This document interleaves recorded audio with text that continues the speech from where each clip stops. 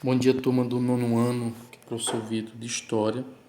Nós estaremos dando continuidade ao capítulo 5, que trata da Proclamação da República até a República Velha, no Brasil. Nós estaremos observando as páginas 124 até 130, ok, gente?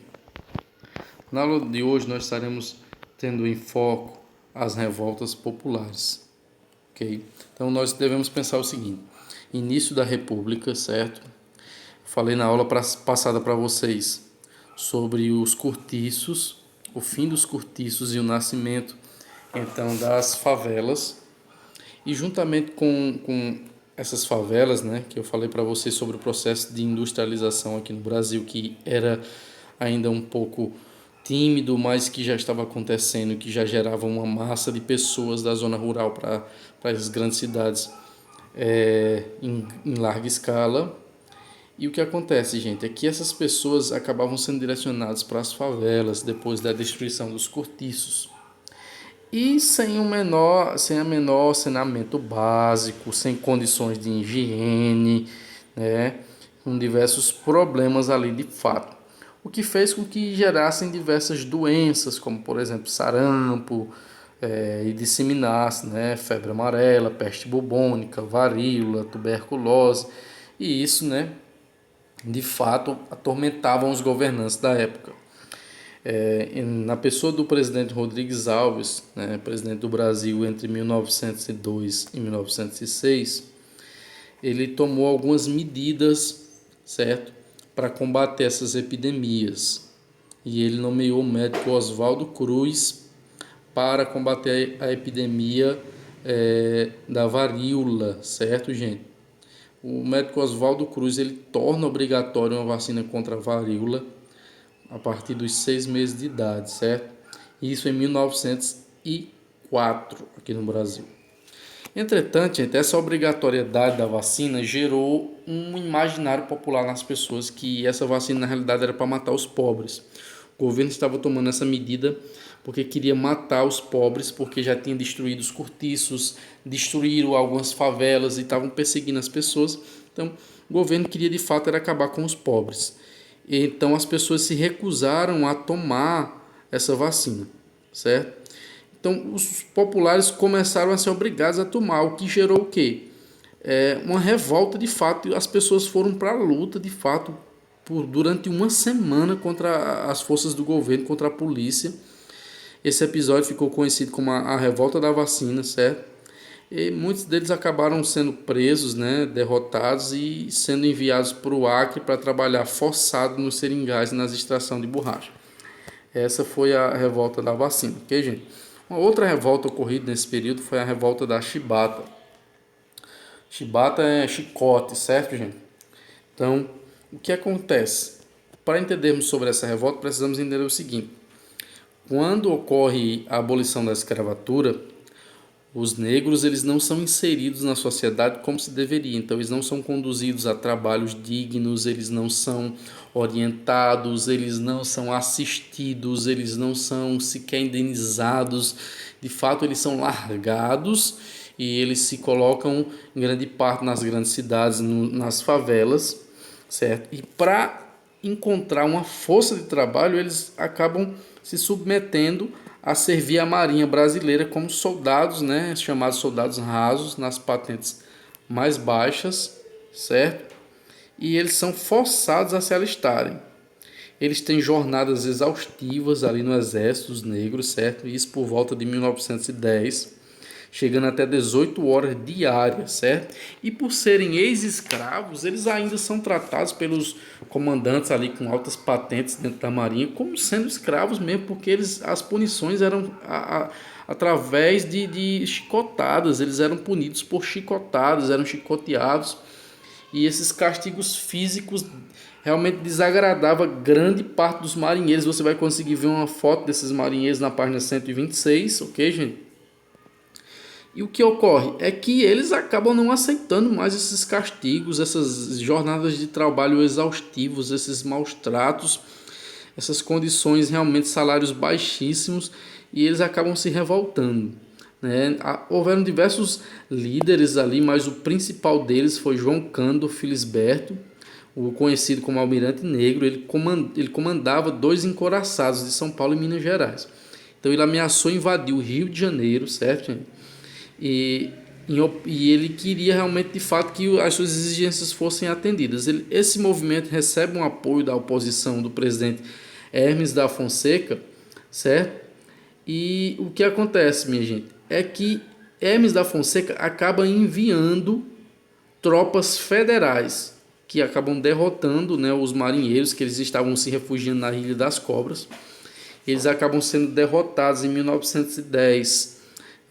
Alguns deles são presos, outros são enviados para trabalhar forçado no Acre, nos Seringais. E Hermes da Fonseca, ele acaba conduzindo com braços de ferro realmente qualquer revolta que acontecesse contra ele. Já João Cândido, né, o Almirante Negro, ele acaba sendo inocentado em 1912 porque ele foi considerado louco, certo, gente? Nesse período também, gente, ocorrem as primeiras organizações dos trabalhadores aqui no Brasil. Como na maioria dos países, a legislação trabalhista, os direitos trabalhistas, eles acontecem a partir do processo de industrialização da sua nação, não foi diferente aqui no Brasil, certo? Então, o processo de industrialização no século XX aqui no Brasil trouxe também as exigências por direitos trabalhistas, porque as condições de trabalho eram péssimas, faltava estrutura, uma boa remuneração faltava também, os operários eles trabalhavam demais. Então eles começam a se organizar em sindicatos. O que são sindicatos, professores? Organizações de trabalhadores da mesma categoria para lutar por seus direitos, certo? Eles começam a se organizar em sindicatos. Esses sindicatos, eles têm cunho socialista, tá, gente? Tem cunho socialista. Então, socialismo já expliquei sobre isso a vocês, mas só recapitulando, tem as suas bases teóricas na figura do alemão Karl Marx, certo? Que prega o fim da luta de classes, certo? A superação da luta de classe, a superação da mais-valia, da desigualdade social, e prega o proletariado no poder, o fim do Estado mínimo e um Estado maior, um Estado que atenda a todos, mas que seja governado por trabalhadores, certo? Então, os sindicatos eles têm cunho socialista, né, de defesa dos trabalhadores. As primeiras ideias, as primeiras concepções são socialistas. As reivindicações desse período: melhores salários, eles pedem uma redução da jornada de trabalho para 8 horas, eles pedem a proibição do trabalho infantil, a regulamentação do trabalho da mulher, pedem a criação das férias, eles exigem o estabelecimento de descansos e folgas, certo? Eles pedem uma multa para demissão sem justa causa, entre outros fatores. Nesse momento surge o anarquismo aqui no Brasil. Então, o que é um anarquismo?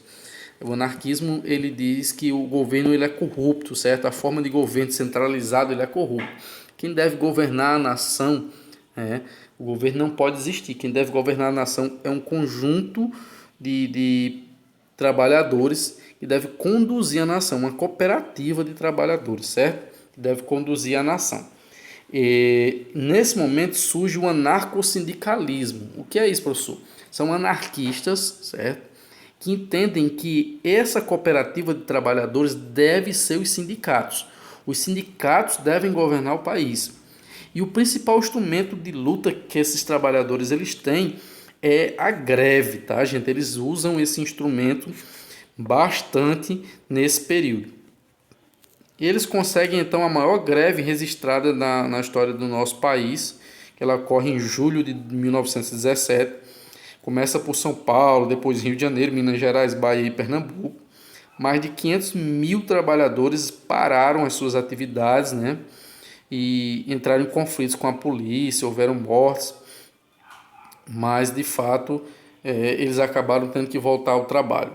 Ok, gente? Então, né, essa luta pelos seus direitos aqui no Brasil é muito ligada à figura dos sindicatos, certo? Dos sindicatos aqui no Brasil. As revoltas tenentistas, certo? Elas se dividem em três, ok? Também são revoltas do período do início da República, e demonstram de fato, gente, uma inconformidade com a condução da república. Lembra que eu falei sobre uma república oligárquica, certo? Então, os militares de baixa patente, tenentes para baixo, eles eram contra a oligarquia no poder, certo, gente? Porque eles entendiam que a oligarquia era corrupta e chegava a ser um atraso para a forma de governo aqui no Brasil. Então precisava ser retirado essas oligarquias, o poder era muito descentralizado com essas oligarquias com esses fazendeiros, esses latifundiários que acabavam influenciando o governo do nosso país. Então os militares eles eram contra isso, principalmente os de baixa patente, a partir de tenentes. Por que tenentes, professor?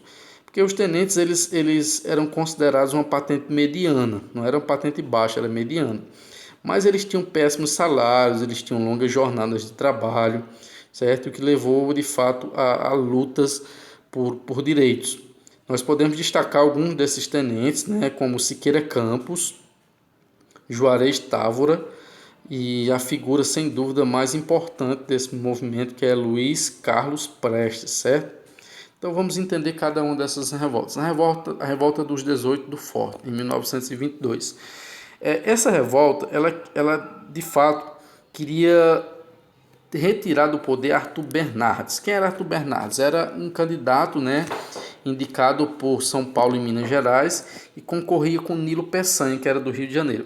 Esse candidato, né, Arthur Bernardes, indicado por São Paulo e Minas Gerais, estava dentro da política do café com leite, certo? E os militares eram contra. Todos os militares, então, de fato, apoiaram Nilo Peçanha. Os de mediana patente até baixas patentes apoiaram Nilo Peçanha, do Rio de Janeiro. Entretanto, Arthur Bernardes ganha a eleição. Eles são contra o Arthur Bernardes assumiu o poder e então, de fato, eles querem montar uma revolta para impedir que Bernardes ele assuma o poder. Então, os fortes militares no Brasil iriam se unir para que fosse, de fato, impedido a posse. Só que somente o forte de Copacabana, sob o comando do capitão Euclides Hermes da Fonseca, e a Casa Militar participaram do movimento, certo? E esse nome dos 18 do forte faz menção aos 18 tenentes que resistiram ao ataque das tropas federais. Esse episódio ele ocorre em 5 de julho de 1922, mas eles acabam sendo derrotados. Ocorre então a segunda revolta tenentista em 1923, certo? Que dessa vez tem apoio do Rio Grande do Sul e São Paulo. Eles mudaram as práticas, né? E eles tentam agora o apoio popular, eles investem em propaganda, em ideias para uma sociedade melhor, mais igual, defendem mais emprego para a população, redução dos preços de bem de consumo, o fim da inflação, certo? E eles dizem que só poderiam alcançar isso se as oligarquias agrárias, os latifundiários fazendeiros saíssem do poder. Entretanto, essa revolta ela acaba sendo derrotada pelas tropas federais em 1924. E tem então a última divisão dessas revoltas tenentistas, que é a Coluna Prestes, em 1925 a 1927. Esse movimento herda o nome de Luiz Carlos Prestes, né, que foi responsável por montar essa milícia, e ele tem a função de andar pelo Brasil divulgando as ideias, né, de combate à corrupção, das oligarquias agrárias, defendia diversos direitos básicos, como por exemplo o voto secreto, porque eles diziam que o voto nominal facilitava o coronelismo, o voto do cabresto, então o voto tinha que ser secreto, tinha que ser universal. Eles queriam o fim da política do café com leite, eles queriam melhores salários para os militares, fim da inflação, mais alimentação para o povo, direito à moradia, entre outras coisas, certo? Inicialmente a população apoiou esse movimento, mas só que depois acabou se recusando a participar, o que foi enfraquecendo esse movimento. Entretanto, eles continuaram andando em diversas regiões aqui no Brasil, chegaram até a Bolívia. Só que aos poucos, né, o movimento foi se dispersando e o próprio Luiz Carlos Prestes se afastou da coluna. Em 1928, ele acaba se filiando ao Partido Comunista Brasileiro. Então, o Partido Comunista Brasileiro ele surge em 25 de março de 1922, certo? com cunhos marxistas, certo? Pregando realmente contra a luta de classes, a mais-valia, fundamentado no materialismo histórico, certo? E ele acaba lutando por direitos dos trabalhadores aqui no Brasil. Só que ele, né, em 1922 mesmo, só que em junho desse ano, ele é decretado como um partido ilegal pelo presidente Epitácio Pessoa. Por diversas vezes, eles vão sendo decretados como ilegais por diversos presidentes.